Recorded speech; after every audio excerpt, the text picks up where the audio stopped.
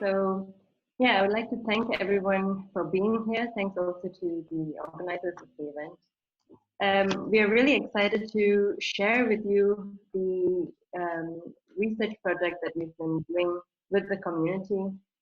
And for the short presentation, we really want to give you a general idea of the challenges and themes of our project and where we are headed in terms of making museums more approachable and reflective of their communities and neighborhood diversity.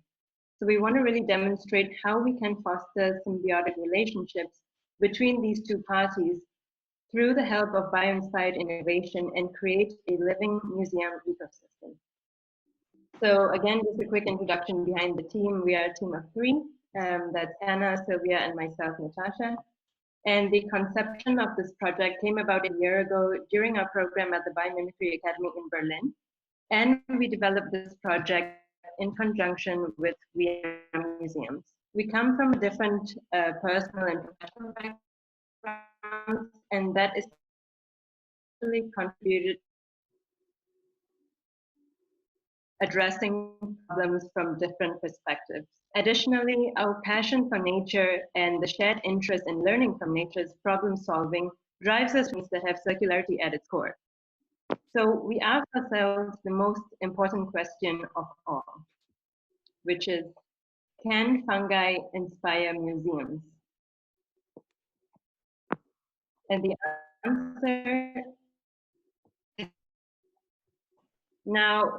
Let's go back a few steps to see how we actually arrived at this question. We want you to really think about your daily lives. Think about how we live in this modern society, how sometimes in this hectic life, we can easily forget the bigger picture, the grander scheme of it all, that we live in this amazing and competent universe, that we are part of this brilliant planet and we are surrounded by a genius, otherwise known as nature. And as designers, innovators, and change makers, we employed a concept known as biomimicry. It is a discipline that tries to learn from those geniuses and take its design advice. Imagine the timing, the coordination, and the patterns that nature has perfected. Through bio-inspiration, we can really look at nature's models, systems, and elements from the micro to the macro scale. From the synthetic adhesives inspired from a structure of a gecko's feet, to the all too familiar Velcro inspired from the hook-shaped spikes of a burr. Biomimicry is really the practice that learns and emulates the strategies found in nature to solve the most complex human problems. It offers an empathetic and interconnected understanding of how life works and ultimately where we fit in. And by looking at nature's resources, its relationships and feedback loops, we can really use nature as a mentor, measure, and model to build products and services that cultivate this new way of thinking. And in addressing our problems from new angles, we can act on issues related on sustainable social change, including the creation of highly connected functional communities. So our project specifically focuses on biomimicry for social innovation in the frame of museums. We ask ourselves, how can we apply nature's intelligence to human society, to change the way we grow our museums, to lead the organization, and to transform our culture and achieve social sustainability? Okay, but we also ask, why museums? And this actually was because we got a challenge. Now, I want to explain to our challenge established by We Are Museums in the Biomimicry Academy. It was to redesign the way a museum processes information from the public and vice versa. Here, we identify our key stakeholder by breaking down the challenge statement and creating a system map. Let's talk about the key stakeholders. Museums have historically been defined as institutions that conserve collections and artifacts and items of importance. Also, through our research, we determined that the public could be defined into two similar but distinctive groups: the neighborhoods, consisting of individuals living between a defined geographical space, near a museum, for example, and communities, which are not confined to a physical or spatial unit. This means that community are a mix of individuals and neighborhoods that exist locally, nationally, and even globally. As a tool, we created some semantic analysis, which helps us understand how we interpreted the challenge and what areas could it involve. As we see, a museum can mean several things, as art, tourism, exhibition, identity, among others. Public might mean diversity, and information can mean knowledge and perception. We also did some surveys which guide us to the current challenges. We asked, what are the problems that museums and community face? And we found out that museums are like trophy halls. There is sometimes a disconnection between the exhibition and the public's awareness and interest. It's a place for exclusive social class, for tourists, and not for neighbors. As some might think it costs too much, both parties do not feel represented in each other's cycles, and people of the museum and neighbors do not interact enough with one another. Other questions that arose were, what is being collected and conserved? Who is making this decision? What resources are necessary for the development of a museum and in context? What about the people of the museum and the neighborhood as a resource? Some of these issues may be difficult to solve for long-established museums, but that doesn't sorry, but that doesn't mean that changes can't be made, or that there are museums or organizations that are looking to change perception and disrupt the paradigm, such as the concept of recampaigning, which followed John Ruskin with art should be used for social change. Here, we took the inspiration and believe it is time to give a usable value of nature for the interconnection of museums and communities.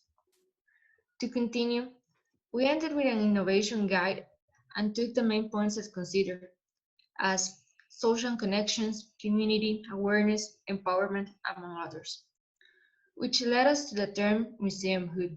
And I quote, when a museum reaches out to its community, it becomes a cherished urban future and a social hub, meaning museum plus neighborhood equal museumhood. So we wondered, how could we achieve museumhood, or how could we translate the biology into a social context? So we started by doing a biological function research where we looked at different organisms and systems and how they solve problems, from social insect colonies to bacteria to sea anemones. We eventually settled on the forest ecosystem, or more specifically, trees and mycelium, as having the most potential for our project. So while most people are familiar with trees, the mycelium is a network of fungal threads found above and below ground. So when you see mushrooms, that's actually the fruit of the fungi. And mycelium is known for its ability to decompose organic material and can even grow into an extensive network which can benefit plants and animals. And this relationship is known as a mycorrhizal relationship. So the word mycorrhiza refers to the role of the fungus in the plant's root system, which starts when the mycelium takes over the roots of the trees. And what's formed is a relationship of symbiotic mutualism where both parties benefit. So the main features of this mutually beneficial relationship are transfer, communication, and resistance. So transfer refers to the exchange of nutrients and water between the tree and the mycelium, as well as with other plants. And communication is the ability of trees to send and receive signals via fungal networks. And as far as resistance goes, a tree can have an increased resistance to disease, pests, and environmental factors when connected to the network. So in looking at this graphic, this is kind of a zoomed in version of the forest ecosystem, where you can find many smaller relationships like that of the tree and mycelium. So if we start at 1 with the tree can have leaves where energy is converted from one form to another through a photosynthetic process. And in this case, the leaves create sugar, and oxygen is a byproduct. And what happens is the tree transfers the sugar to the mycelium, and the mycelium uses it as food. And in return, the mycelium absorbs nutrients and water for the tree in a more efficient manner, and even mobilizes nutrients otherwise unavailable to the tree. So this element of transfer aids in the development of both organisms and the system they create, which affects the greater forest ecosystem, excuse me. So similarly, the social ecosystem is composed of many smaller relationships like that of the museums and neighborhoods. And following the model of the mycorrhizal relationship, this graphic demonstrates the transformation and exchange of energy between the museums in the form of ideas and information. So if we start at one again with the museum, museum will receive information and develop information and ideas, and teams working at or with the museums have to decide where and how to approach this information. And what results are the new and transformed ideas and information, which can be exchanged with the ideas and information from neighborhoods via exhibits, events, virtual platforms, word of mouth, and so on. But really, neither the neighborhood nor the community would exist without the people who really facilitate the exchange of information and ideas and give value to the information and the social constructs of museums, neighborhoods, and communities. So this is our an example of our side-by-side translation and how the connections between the social and the forest ecosystem can be made. Continuing on, and to summarize, the forest ecosystem is a collection of many organisms and relationships which sustain each other and together create conditions conducive to life.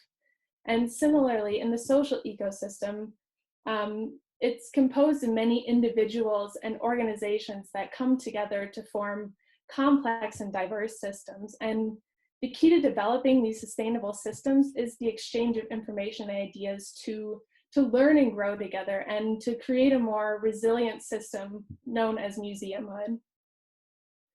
So we'd like to give a special thanks to our mentors and our partner organizations, We Are Museums and the Biomimicry Academy. And we would like to invite you to reflect on how your museum can foster a symbiotic relationship with neighbors and surrounding community members, and to join us in disrupting the museum paradigm through bio-inspired social innovation. Thank you. Thank you. This was very concise. Thank you. Of course, the slides will be available on the platform afterwards. And Anna, Silvia, and Natasha they've been working on this topic for the past 6 months. So you can imagine that the amount of content available is gigantic. So of course, like, more content could be shared after the meetup. But could we get your first impression on these first ideas? And do you have any questions? So we can start with Cara and Marie, as we actually invited them to reflect on these first ideas. And of course, if you want to ask more questions before sharing your feedback, feel free to ask. Marie, do you want to start? Yeah, hi, thank you. That was really interesting and so pertinent and relevant to what we're trying to do at the Natural History Museum right now.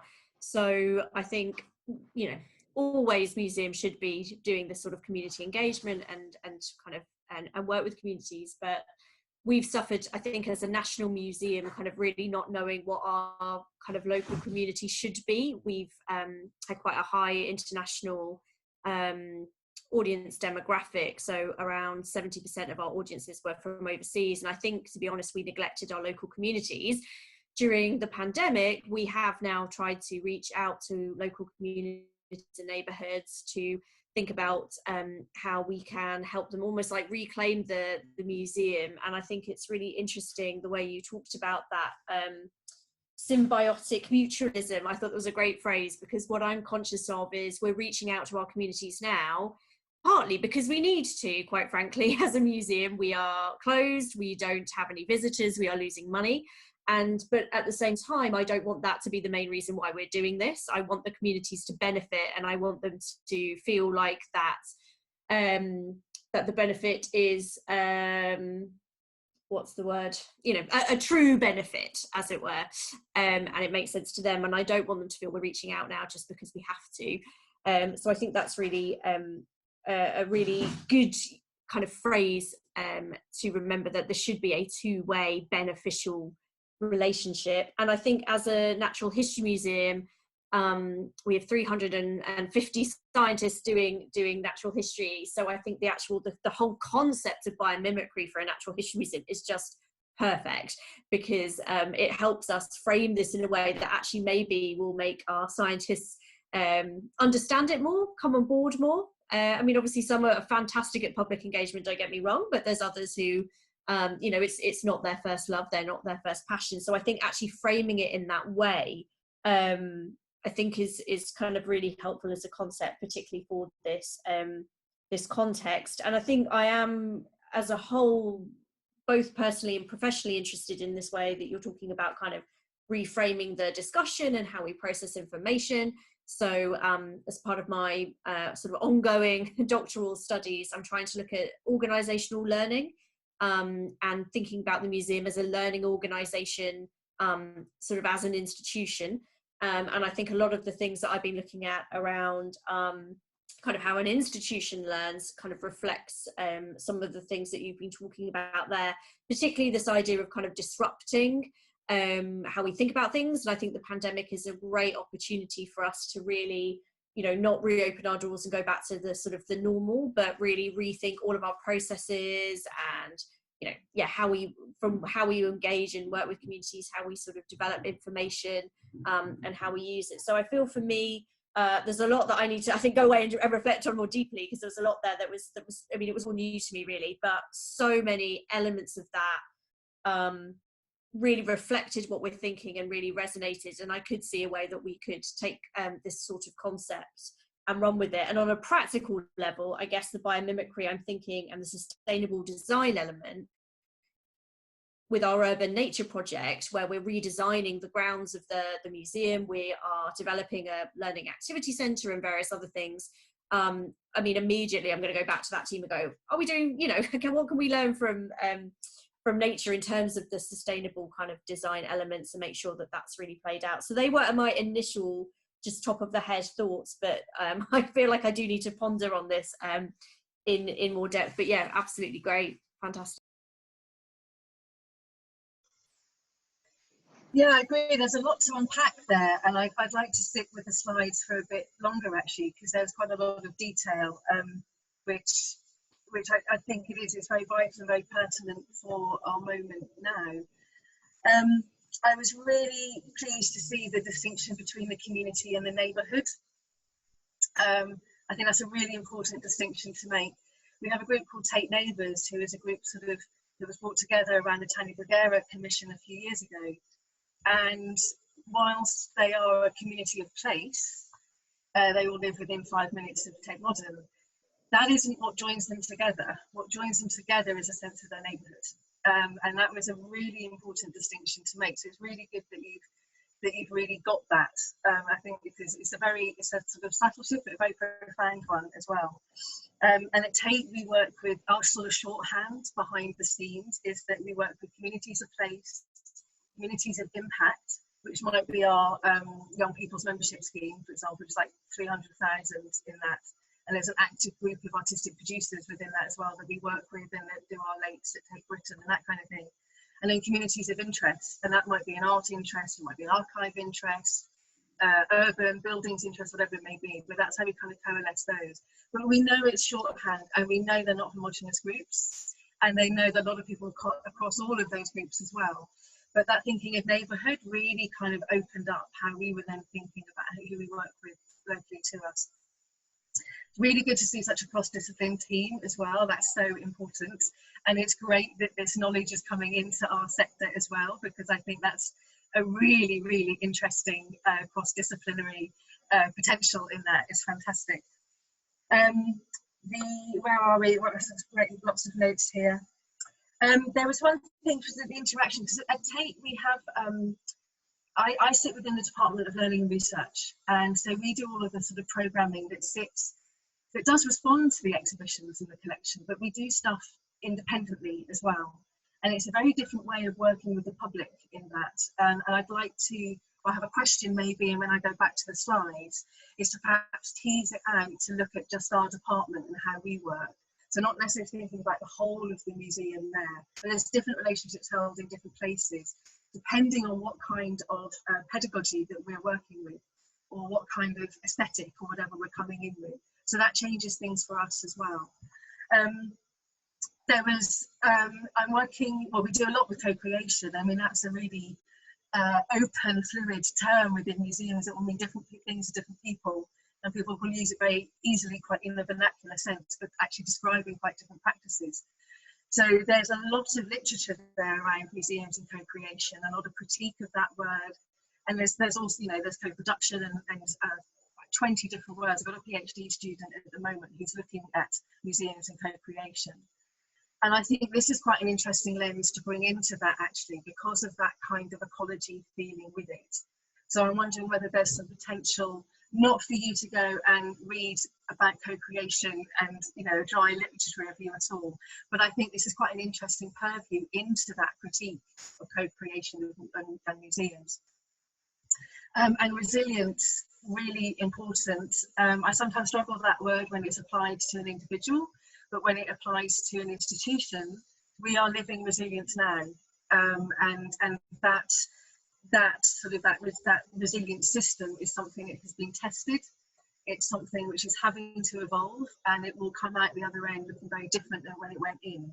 So I think again, there's a really interesting insight into how we work into this that would help museums' resilience for sure.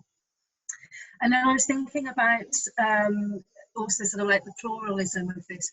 We work with Tate, we have a relational pluralist museum learning pedagogy, and this really speaks to that as well, and about not just the museum holding the knowledge and here let us tell you that knowledge, but it's like we all have knowledge. How can we share this in response to, for us, the art within our collection, all the programming work that we're doing. And Tate itself, as a kind of mini case study, there's 4 sites.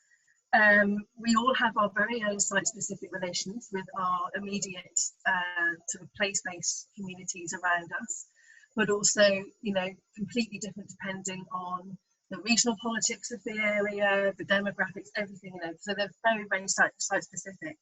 But we're also our kind of own ecosystem as well. So it's making me think that not only could we look at this by site, we could look at this internally, and actually how do we share our knowledge across our sites and across our department, and that might help break down some of the, I mean, quite naturally forming silos in a way, but help foster a much more sort of collegiate or healthier ecosystem way of working.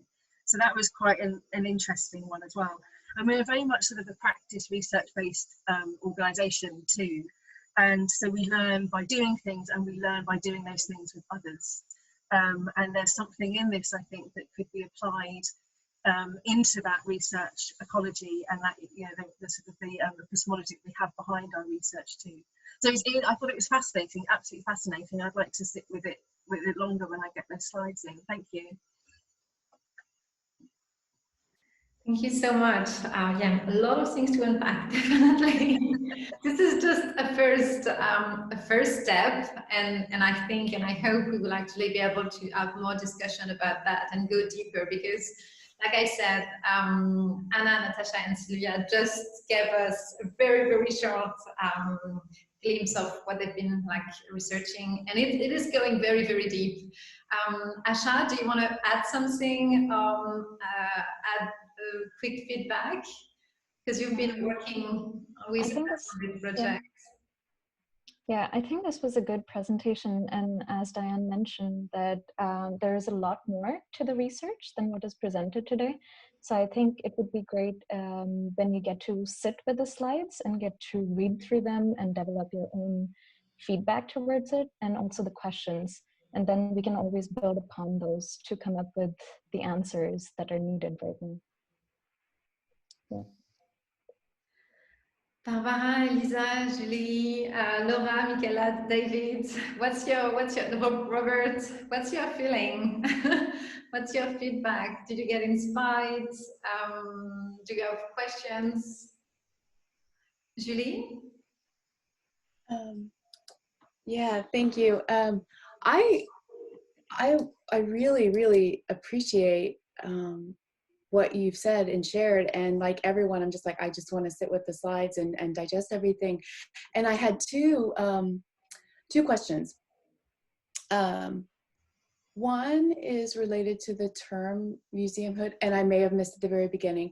I know you're building off of neighborhood, but I wondered why you chose that word specifically. And then the second question is about thinking about some of the negative facets maybe, or the facets of biomimicry that maybe we don't want to attach to this model. And for that, I was just thinking, and this is based upon like 10th grade bio, so I could be all wrong here.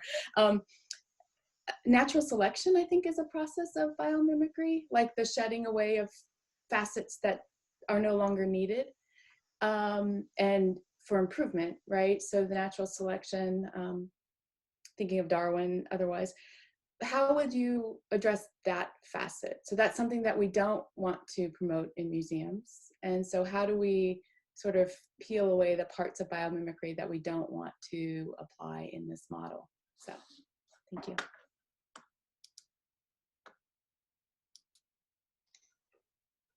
Okay.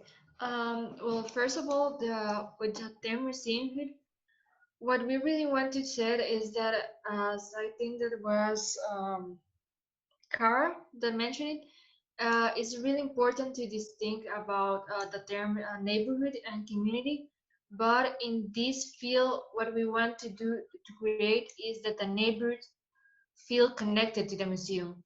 So like to create, it's like a new term, like the museum is part of the neighborhood, and that's a whole thing. So everyone will feel connected, and the circles, and at the end they will have a symbiotic relationship. And with your other question about the natural selection, that's totally like, it's really not funny, but it's really a totally natural question that you might have. When we apply biomimicry, what we did, and I think that you saw it in a slide, is that we actually search for different organisms of nature, or like different aspects that they might help us. And then we actually start like doing some more research, going deep into it. And then if we found out that this is actually not what we are addressing for, or this is actually a negative, we take a step back and research for something that actually works. So in this case, we look for several organisms. I think that 27, maybe more, and we have like 100 in the back. And we found out that the forest ecosystems and the mycelium, sorry, was the one that actually helped us more to creating this symbiotic relationship. Yeah, thank you so much. I really, it was stunning. You have done a lot of work, and I think your comparison slide that you had was just beautifully done and very thoughtful. So thank you very much for the research and for responding. Thank you. Thank you. I also shortly wanted to add, a lot of discussion that we have with biomimicry is that in nature, it's not 100% good or 100% bad. You're always going to have a mix of the good and the bad. I mean, there's always going to be disease and parasites. And I mean, even the mycelium itself, it essentially colonizes the roots of the tree to create this relationship, which ends up being mutually beneficial. But in the beginning, it might not be the easiest thing. And I don't want to say it's just evolution, but it's evolution. I mean, things thrive and things die, and we hope to create these systems that help museums to thrive, that help communities and neighbors to thrive. But you have to take the good with the bad. We can't have one or the other. It's just a little bit more. And that's a really beautiful lesson to remember today. Really good one. So maybe I pick that up. I'm stunned by the presentation. I mean, I've heard about this project now several times, and it gets such a lot better every time. So it's really amazing. And just what Hanna said is, I was curious how you answer that question about the benefits or the negative effects of nature, and it's just there, right? We always have to balance these things, and Hanna answered that perfectly. We just have to see how we balance it, right? But it's always there. So if we have urbanization, we also have people living close together. So disease might spread. These are sides of the same coin. So we have to balance them, and that is something we can learn from nature. And I think you've shown that perfectly. One question from my side is, we were always pushing for make it as applied as possible. So what are your next steps? How do you want to make that happen, this concept? So the project was actually broken down into different phases, and what we've shown you, this little taster, is sort of the first phase, so the research phase that we've gone through. And the next phase would be sort of also to get into the minds of sort of museum professionals to understand how we can actually create this sort of social guide. And throughout this process, I mean, this design process of ours is never linear, much like the biomimicry process. It's always like, sort of going forth, going back, going forth. So we've taken a few steps forward now. We've done this research, and the next steps would be also to go back to the biology, see what other organisms could also inform us about symbiotic relationships. Because, like we've mentioned, nature is so abundant. This is not the only symbiotic relationship that exists, and every relationship has its own uniqueness, and that's what we want to learn from, and sort of then accumulate a sort of system that we can emulate.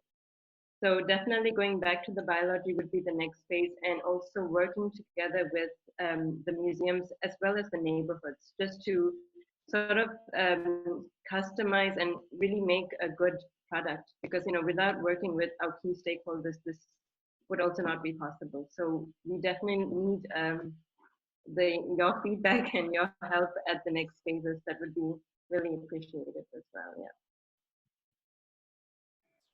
I think, Cara, you. Okay, yeah. Just going back to the point about sort of like the negative side of this, or the problematic side of it. It reminds me though of when you work with communities, they're not a homogenous group, and you're never going to get consensus. And that's actually something that you should lean into. And it reminds me of the thinking of the micro-public by Ash Amin, and also the micro-community with Grant Kester. And it's actually kind of the work of particularly social practice work, but also more generally perhaps of community engaged work in museums. The work is actually to work through that friction, and for the group to reach its own place where it's happy with. Everybody feels that they've been heard, and the idea that goes forward may not be theirs, but they know they've participated in that process. So actually what could be seen as a challenge, it is a complex process, but there is a positive outcome that comes at the end of that as well. So even that kind of negativity is something, when you lean into it and really work with it, for it being your work, is something that you can flick around and change into something that's really beneficial. That was all. Barbara, you wanted to say something as well? Yeah, so there's so many things to say actually, and maybe to pick up where Cara just left us, this friction, this idea of friction is really interesting when doing community work. And what I really appreciated in your presentation was that when you work in museum community work and art mediation, you've got all these terms like participation and involvement and invitation, but these are kind of by now they have kind of gotten worn out. You know what I mean? So everybody participates, and we've talked so often and so much about the rules of participation and what it means to share power and all that. But those are words and concepts that have been repeated so much that it's become difficult to have friction inside of these concepts. So what I really liked with your presentation or with your work is that you are offering us a new metaphor for concepts that we kind of already have established, kind of, the community work, the neighborhood work, but your presentation, your work offers us a new perspective on new details, to see new details. So that's why I think I would be also really, really interested in learning more of the in-depth, more details about your research and more, you know, what can we really learn from this networks between trees and fungi, and what, how can we turn how do we see the CO2 and the sugar? Who's the sugar? Who's the CO2? How can we translate this into our everyday work to kind of rediscover our everyday work and kind of think about participation in a different way? And what I also really like is I think your all the questions you're asking, you know, in all the metaphors that you're opening up, they're so important right now at this moment where we kind of have to rethink the modes of participation, because obviously museums can't work with participation in communities the same way they worked before coronavirus. So right now we are designing, or it's been like 2 years of thinking of this exhibition Critical Zones, which is so important to involve local communities and involve the public and have an audience that is really activated inside the exhibition. And we had all these wonderful plans of having people drawing and asking questions, drawing on the floor and exchanging messages inside the exhibitions. And we can't do that anymore because, first of all, nobody can touch the same things as all the others, and the audience isn't coming. So because obviously you have to wear masks and it's just not safe, it doesn't feel safe. So how can we maybe learn from the term of resilience? How can we learn from the negative parasite pieces that we find in nature to find new solutions right now? And anyway, I think good and bad is something very anthropocentric, you know, the concept of good and bad. And actually it's also because Julie, you mentioned the idea of, you know, natural selection, which of course in neo-Darwinism was turned into such a disgusting neoliberal capitalist competitional idea. But actually, if you look at like the work of Lynn Margulis, where she says, yes, evolution is also the work of cohabitation, collaboration. I think there are some really interesting terms, especially for art mediation. So really, thank you so much. And I'm really happy if you want to exchange further. I'm really happy to stay in touch with you, because I think it's really super nice work. Thanks. If I may add just one thing, I believe it was Julie who mentioned Museumhood, the use of the term Museumhood. Museumhood, and perhaps Diane would like to add more to what I would be saying. Museumhood has been used within the network, even during last year's conference at Katowice. And to add to that, during one of our discussions, I think it was last week's discussion, we also ventured as far as to approach Museumhood in terms of the digital. So it's not just the physical, as the case of Cara, Tate, and the neighborhood. A neighborhood could also be digital now. I mean, this is a neighborhood. I mean, most of us have been meeting occasionally, intermittently, also on different platforms. So I think the COVID-19 situation will also be changing a few or a couple of definitions as well, or how we read certain terms from the museum perspective as well. Thank you. I think that Robert had something to add. Yes, that was an excellent presentation. It was clear and concise and exploratory. And Hanna, I have a question for you. In my experience, the bulk of the world's museums are more or less insular. And the insularity is based on this claim of institutional neutrality, i.e. we're authorities, we're the knowledge owners, and we can't really engage in civil or moral issues because we may alienate donors or sponsors or our audiences. And this claim of neutrality, I think, has resulted in a reluctance to really contribute and engage in issues which are directly involved in community well-being. So a lot of the engagement is somewhat superficial. It's education, it's entertainment, it's edutainment. So I'm wondering, is there a biological equivalent to neutrality that's preventing this mutual beneficialism within the museum sector? Because if we could deal with the neutrality, maybe we could really unlock this mutual beneficialism. Great question. I don't know if we studied it or if we really looked at unlocking neutrality specifically. It's kind of difficult when talking, we obviously spend a lot of time discussing what does everything mean in the social, in the terms of a social ecosystem, and talking about this good and bad, and how we have these systems where we have maybe other motivations than the natural systems. I mean, we also, our scientists also don't necessarily know every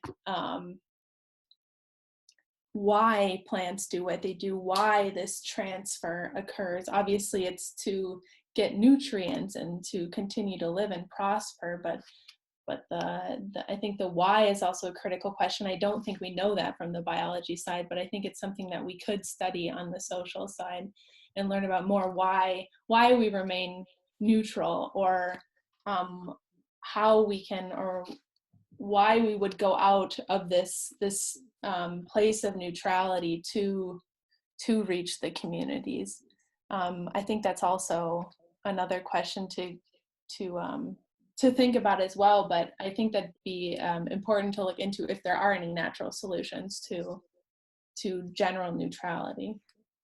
So, well, because I think you've made it abundantly clear that this notion of interconnectedness is absolutely essential to life. But in the museum world, it seems like neutrality is a barrier to that interconnectedness. And even now in the 21st century, that's very, very often an excuse for museums not to become proactive. We must remain neutral because we're authorities. And boy, if we could get to the bottom of dispensing with neutrality, I think that would be a great contribution. Maybe Asha, you have something to add to this? Yeah, I wanted to talk about, because you mentioned neutrality, so there are relationships in biology called commensalism. So these are almost like one-sided relationships where one party benefits from the other, whereas the second one stays neutral. So it's the same way that birds build nests on trees. So the tree provides a habitat to the birds, whereas the birds don't have any effect on the tree whatsoever. So that might be another way to start thinking about it, as how this could be a stepping stone to moving towards symbiotic relationships, because starting with symbiosis might be difficult in a situation like you mentioned, Robert, where neutrality is such an important aspect, which has been for such a long time. So if that is the case, then looking at relationships like commensalism would be a good start, and could be almost like the first step to starting to bring the benefits of relationships to the community and to the museums, and then slowly move towards a symbiotic relationship. Because in the case of commensalism, the tree is not objecting to the bird building the nest, but museums often object to any sort of external influences or external participation. So that's a very interesting comparison. If I may add one point in reaction to what Robert has mentioned, I think there is a key phrase here, which is equilibrium. I mean, within an ecosystem, there is always a search for an equilibrium from all the elements which come together. So that could be an interesting analogy to explore, which builds on what Robert has just mentioned as well. I mean, it's food for thought anyway. Michaela, I see you're here, but we haven't heard from you yet, and I'm sure you have something to add on this topic. Okay, so oh. Okay, maybe maybe you have some. Oh no, you're here.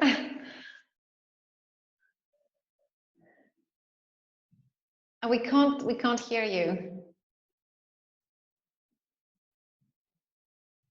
No, still not.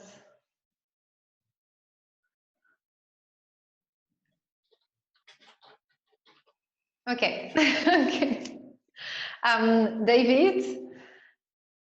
Okay, you need to leave. All good.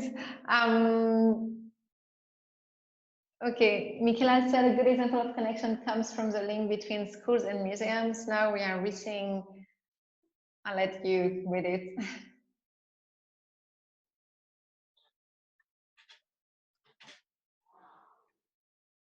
And is it equilibrium?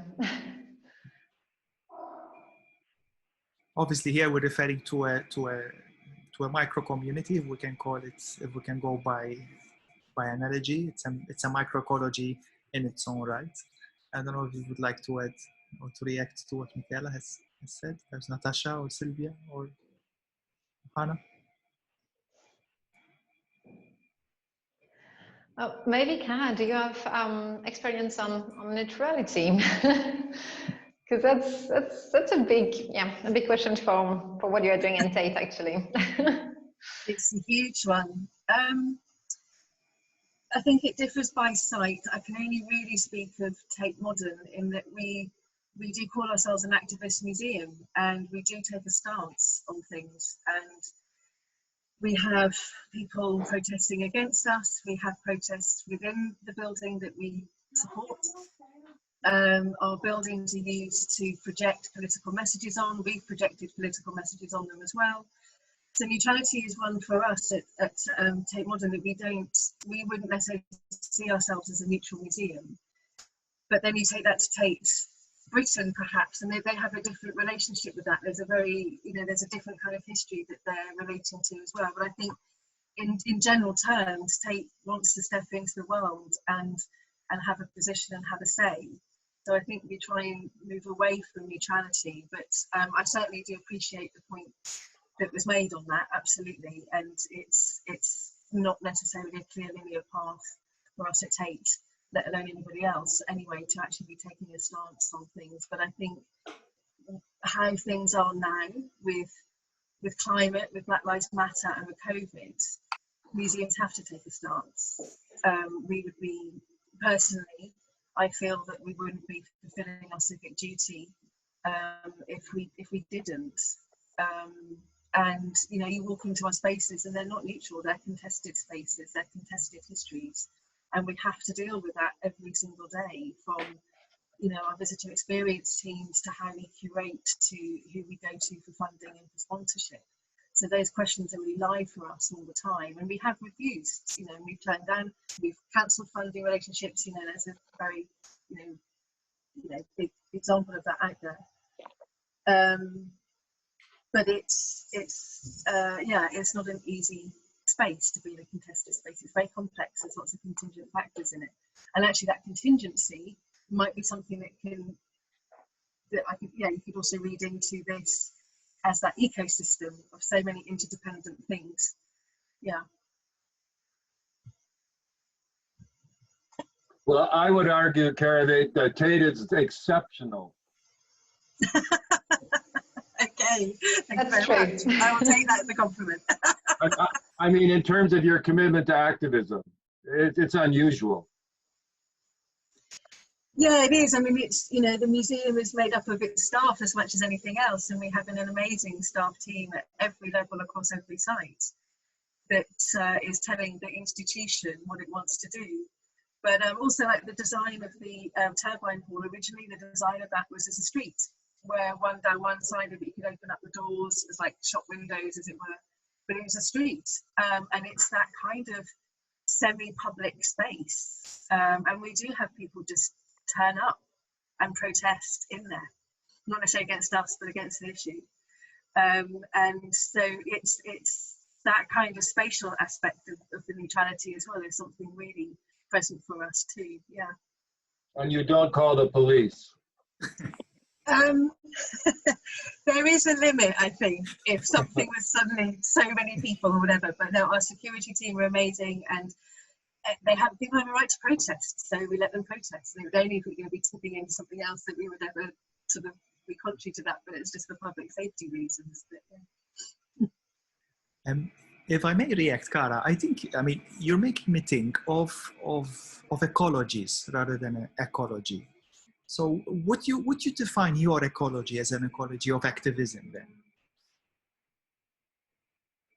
For us at Tate Exchange, that's a big part of our practice. So it'd be a big part of our ecology for sure. And our ecology, looking sort of out of the, imagine the 360, I'm looking at the Tate Exchange part of that. Those that we work with are activists for sure. Of course, all sorts of different issues, but they are activists. So it's a huge part of our practice. In our curatorial department, they work with a lot of artists that would also call themselves activists as well. And I think at Tate, we're always wanting to make change. And we have various different ways that we have conversations across departments, across staff networks and so on, that create change. So there is a feeling of an ecology there, definitely, yeah. So it could be interesting to understand how different ecologies can look at your work, Natasha and Anna, and get inspired in different ways. It's not one ecology, it's not one way of understanding how a mushroom can inspire a museum, but it's more than one way. I mean, it's a very polyphonic. Yes, and I think this is a time when museums are being really reflective, and they need different insights to help them understand who they are and what their place is in the world. And you look at the changing definition, or the proposed changing definition of a museum by ICOM, and just what the ripple effects of that, and also the resistance to that as well. So there was that last year, which is continuing, but then there's obviously, we don't, we are a building, but we live in our neighbourhood and we live in the world. And that is forcing a huge amount of reflection, quite rightly so, to us too. So I think things like this, even if it's just a tool for a moment to open up a different way of thinking, is really important. And it could go a lot further. Actually, you're right there to say that there is a model here, that if the museum is looking to do things differently, this could be really very directly applicable and informative to that process that they may be going through, for sure. I mean, it's a provocation of sorts, but I mean, I would be interested to learn if such thinking, if this thinking of Mushroom Museum and the rest of the presentation can actually inform the discussion about the new definition of the museum. It would be really interesting. I'd like that to would be really interesting. That would be even taken into the context of what has been happening over the past weeks with all the resignations and all the hullabaloo happening, and no one knows what exactly is happening and how. I mean, it seems we're at a crossroads. Hopefully we are, and we hopefully we choose the right path or research path or whatever. Yes. It's interesting what you say about the resignations and the redundancies that we're seeing as well, because they're part of this too. I would see, there are staff networks that we have that are their own neighbourhood or community, and our staff are very active in how Tate happens. So they'd be part, I can thinking of the diagram there with the tree and the spores coming up. The staff are one of those as well. And then, so if museums are letting go of their staff, where does that leave the health of that particular ecosystem or ecology, if that's what's happening, and particularly where you look at where the redundancies are being made as well. Absolutely, and it's getting much more prone to disease. Or a sort of barren wasteland. But that's my cynicism. Don't read too much into that. I will take these slides forward though to the groups that are looking at how we work with communities, and again that word said with a caveat, but I will take it forward because I think it could be quite inspiring for us actually to think about how we together and separately work with the communities that the relationships that we have. And correct me if I'm wrong, but I think you actually prepared a longer version because this one was really, really short. So more slides, so like the results could be actually shared better with your colleagues. And with more people. Anna, Natasha, Silvia, do you have like some advice or some insights from what we just talked about, like especially what Cara and Sandro were talking about? Not as, I mean, I do have a question, but it's kind of not related to that. Could I ask it? It's actually for Laura. Okay? Maybe on this topic, Anna and Natasha, do you have something to add before we jump on another topic?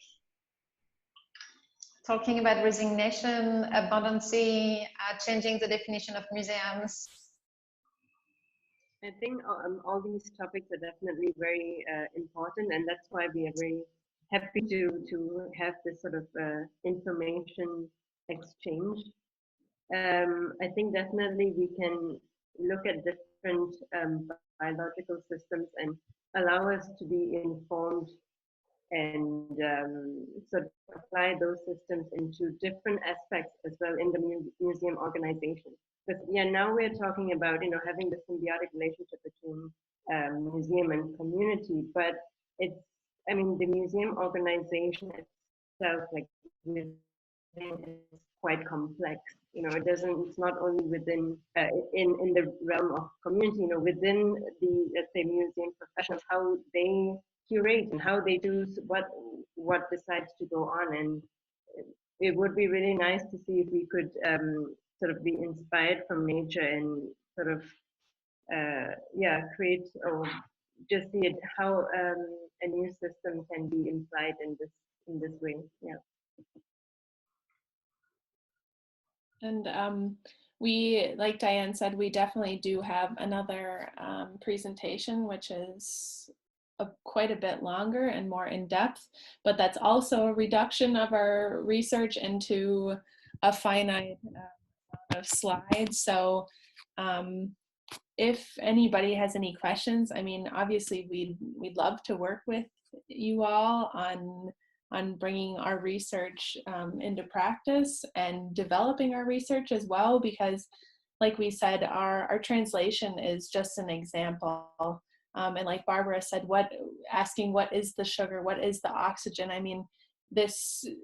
We can't say for sure what that is. So it's definitely important to get your input as people of museums to really say what this system is to you and to your museum, to your community and neighborhood, and what all these elements are, and really understanding where we can go from there and what aspects we can look into in the future. Okay, following that, actually my question was going to this. Sorry, Silvia. Robert just wanted to say something. Just one more comment following up what Natasha just said. I think it's a really important point that there's also an internal ecology. And in some ways, staff are like the mycelium. But again, when you look at a lot of museums, there are obstacles to expressing personal agency. And when I say personal agency, I mean the willingness and the ability to take action in the world.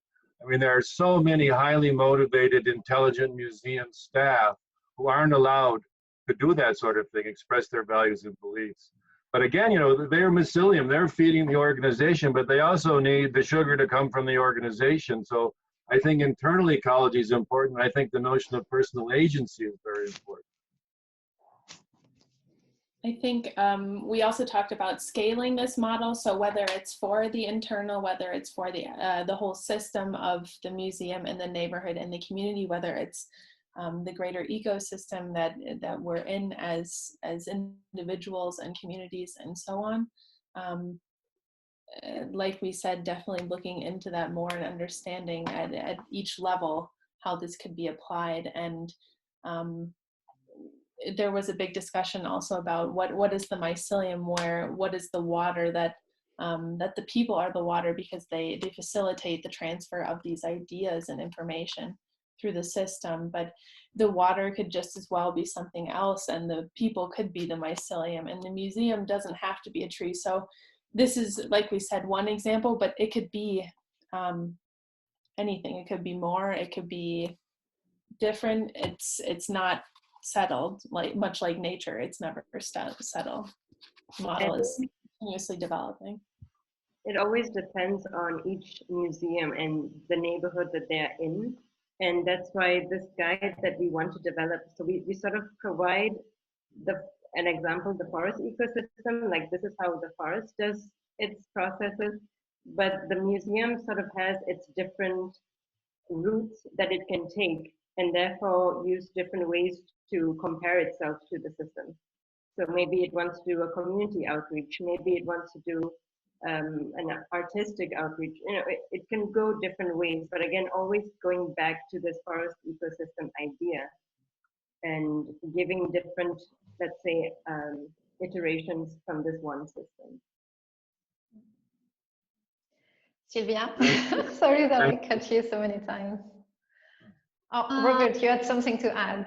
No, I just wanted to say thank you. I mean, this whole notion of using these models is highly stimulating in terms of exploration and discussion. Thank you. Thank you. Yeah, my question is actually for Laura. I think that you said you were from Colombia. And I just wanted to ask you, how do you feel about the project and how do you see it applied in Central and South America? Because we have different communities and we have a totally different behavior than US and Europe. So just want to hear you about it.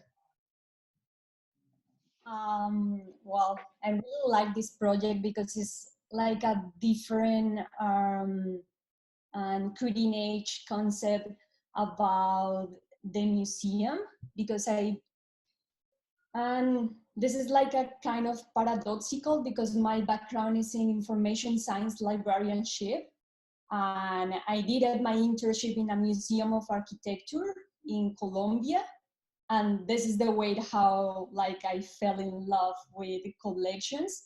But I never enjoyed museums. I didn't like museums at all. I didn't have experience about visiting my museums in Colombia. And obviously during my first semester here, I told to my teacher, okay, I'm doing my master in museum studies. I'm fine that I don't like it. And I really have mixed feelings with the concept of a museum and how museum is observed, or the concept of a museum in a community. I don't like it. So she told me, no, it's fine. It's fine that you don't like museums at all, because you will be more critical in the field. So it was okay, now I can breathe. Because it's okay, I'm doing this master, but I really don't like it. I'm fine. And yeah, so I'm really excited for this project, and I look forward to learn more about this. And actually this COVID-19 outbreak has been a good opportunity to learn more about Latin American museums. And yeah, but I don't know about the communities there, because it's I work with just a collection of architects, and that's it. But yeah, and I consider that this COVID-19 pandemic has been a good opportunity to learn through Zoom and all the webinars. I have been able to learn more about through the technology. So and I consider that this opportunity will be a new concept where we can take advantage of this, try to move forward, and yeah. So also like I'm working in a personal project about collections because I would like to be like a game changer in this concept that we have about collections, and I feel that we are stuck in old practices, and I would like to move forward.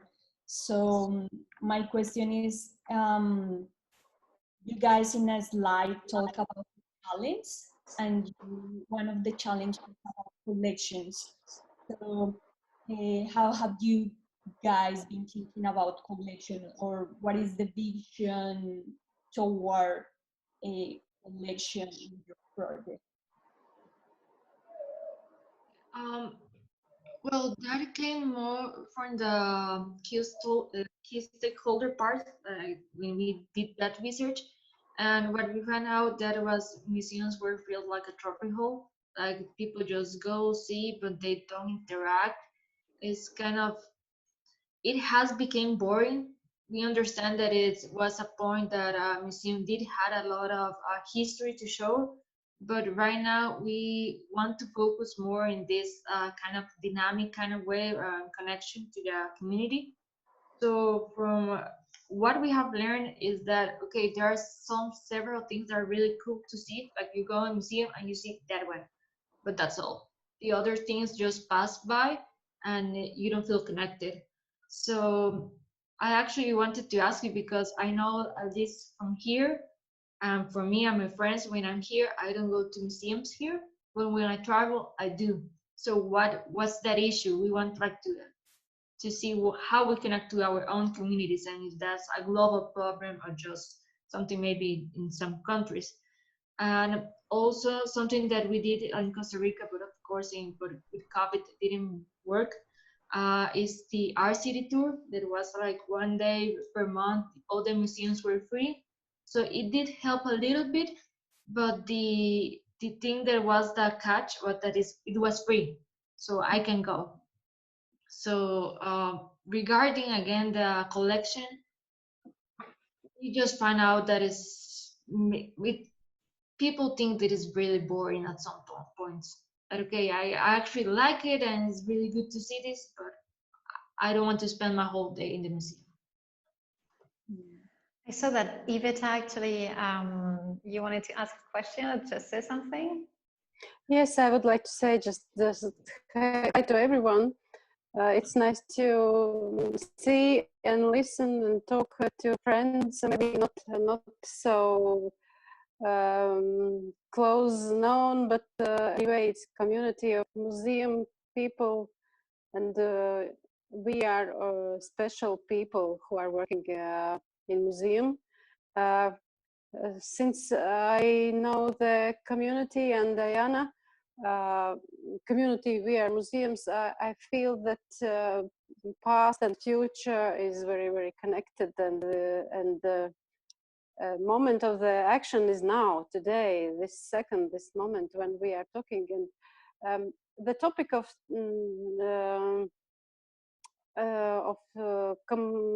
conversation today, I'm not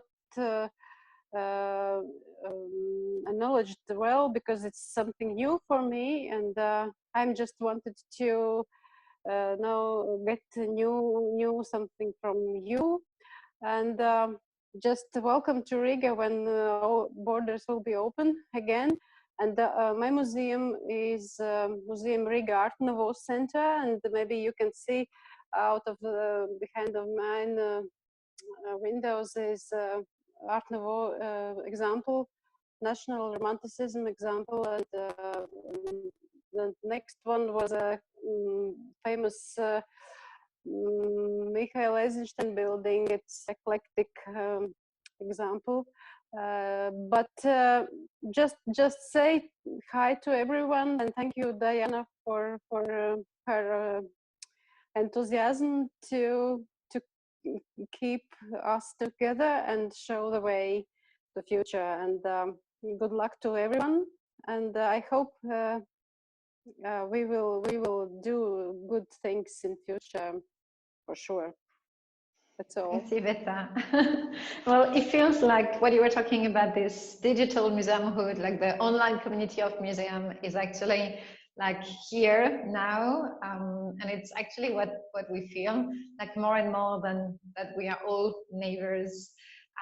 And yeah, the Museumhood is actually starting online also. Okay, do we have a last question or last idea or provocation to share before we close today? Sorry, it's all for me. Yeah. Yes. I just wanted to ask for maybe reading tips or a short exchange of resources, maybe from everybody, but especially from Natasha, Hanna, and Silvia.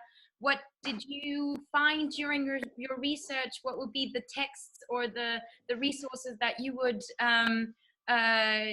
like to link on, or yeah, what was the most interesting for you? What do you think we should read?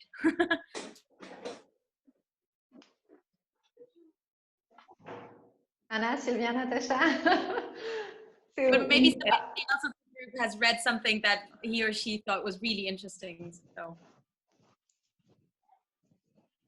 I think when we share our longer document, we have a huge bibliography. So for sure, feel free to also discover that personally. But I think, you know, for us, discovering on the biomimicry side, or for me personally, discovering how these symbiotic relationships within nature exist.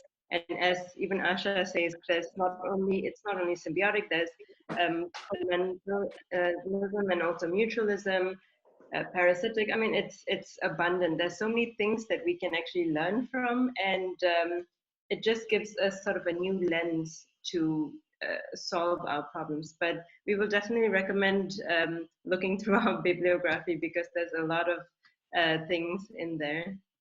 Yeah. Thank you. I would also recommend, it's also part of our bibliography, but a starting off point for our biological research was a website called Ask Nature. It's just called Ask Nature. I'm not sure .org or yeah, so. asknature.org. Yeah, Asha would know. And there they have little blurbs about many different organisms and systems, about what processes they go through, how they achieve what they're trying to do, whether it's to protect against something or to move somewhere, or all different kinds of activities. But then they also usually have suggestions for how it might be applied. So where you could go from there. We didn't see any specific to museums, but applications for solar energy or just anything you could think of. People, the authors of the blurbs will write suggestions on there as well, and usually cite their sources as well, which is also nice, because then it starts kind of the link from there to the next article and so on.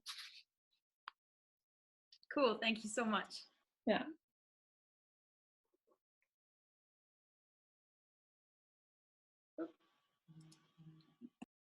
Someone shared screen. Hi, Mikael. I think you're sharing your screen. Oh. Is it Michaela? I think so. Yes. Okay. Yes. Okay, I think it was a really good start, getting a lot of inspiration, a lot of new things to actually research. We can't hear you, Michaela. Sorry. Maybe next time try on your phone. Or sign language. So yeah, like we said, this is just the first step. And yeah, thank you so much.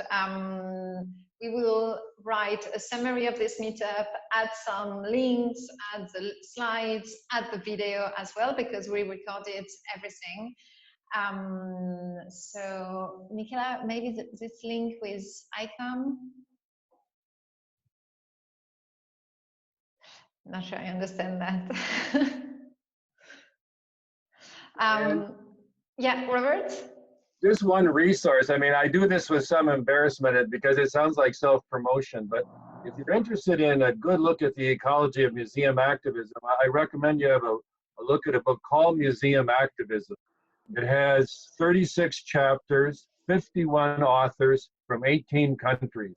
And these are museums whose ecology is really totally based on community well-being in a very sort of activist way. And there might be just some good data in there, just some good practical examples to get you thinking. Museum Activism, published by Routledge in 2019, and I did it with Richard Sandel, the professor of museum studies at Leicester. Thank you. Shall we end the session?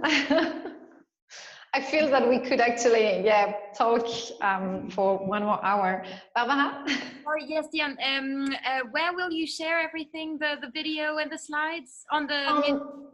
On the We Are Museums community, yeah. We actually created one cycle called Museumhood, where we actually publish some info. I can share this one with you now. We publish some articles and different things about the concept of museumhood since a few months now, and this is where we will actually publish everything. You can find it here. Wonderful, thank you so much. Cool, thank you everyone. The chat will be actually shared as well, so don't worry, all these links and everything will be saved and shared. Thanks Michaela for the documents. So thank you so much. Have a good day, Robert. Have a good end of the day for the rest. Thank you. And we'll speak Thanks soon. a lot. Bye-bye. Bye. Bye. Bye-bye. Goodbye. Bye.